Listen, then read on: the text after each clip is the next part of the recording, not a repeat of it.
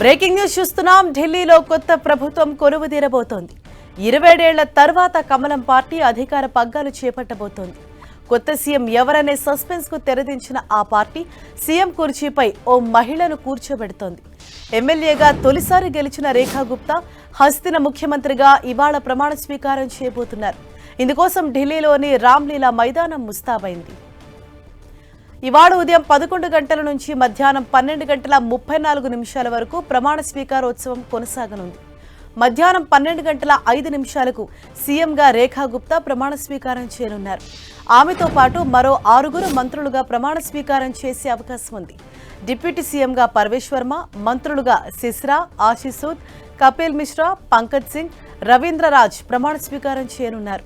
వీరితో Delhi lieutenant governor Saxena ప్రమాణ స్వీకారం చేయించనున్నారు. భారీ ఎత్తున నిర్వహించే ఈ కార్యక్రమానికి బీజేపీ అగ్రనేతలతో పాటు AP CM Chandrababu, deputy CM Pawan కళ్యాణ్తో పాటు పలువురు ఎన్డీఏ ముఖ్య నేతలు హాజరు కానున్నారు. ఈ ప్రమాణ స్వీకార కార్యక్రమానికి బీజేపీ గెస్ట్ లిస్టులో గిగ్ వర్కర్లు, క్యాబ్ డ్రైవర్లు, ఆటో రిక్షా డ్రైవర్లు, రైతులు, జుగ్గీస్ కూడా ఉన్నట్లు సమాచారం.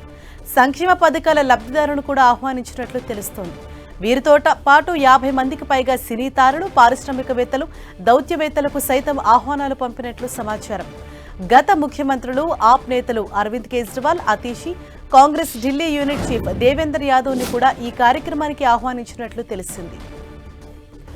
మరోవైపు ఢిల్లీ సీఎం ఎంపికలో పలువురు సీనియర్ నేతల పేర్లు తెరపైకి వచ్చినప్పటికీ రేఖా గుప్తా వైపే బీజేపీ అధిష్టానం మొగ్గు చూపింది.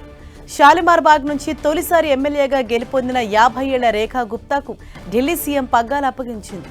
బీజేపీ ఎల్పీ సమావేశంలో ఎమ్మెల్యేలు ఏకగ్రీవంగా రేఖా గుప్తాను సీఎంగా ఎన్నుకున్నారు. మొత్తం 48 మంది ఎమ్మెల్యేలు ఆమెను ఏకగ్రీవంగా బీజేపీ శాసనసభాపక్ష నేతగా ఎన్నుకున్నారు. రేఖా గుప్తా ఢిల్లీకి 4వ మహిళా సీఎంగా సేవలందించనున్నారు. గతంలో బీజేపీ నుంచి సుష్మా స్వరాజ్, కాంగ్రెస్ నుంచి షీలా దీక్షిత్, ఆప్ నుంచి అతీషి ముఖ్యమంత్రులుగా పనిచేశారు.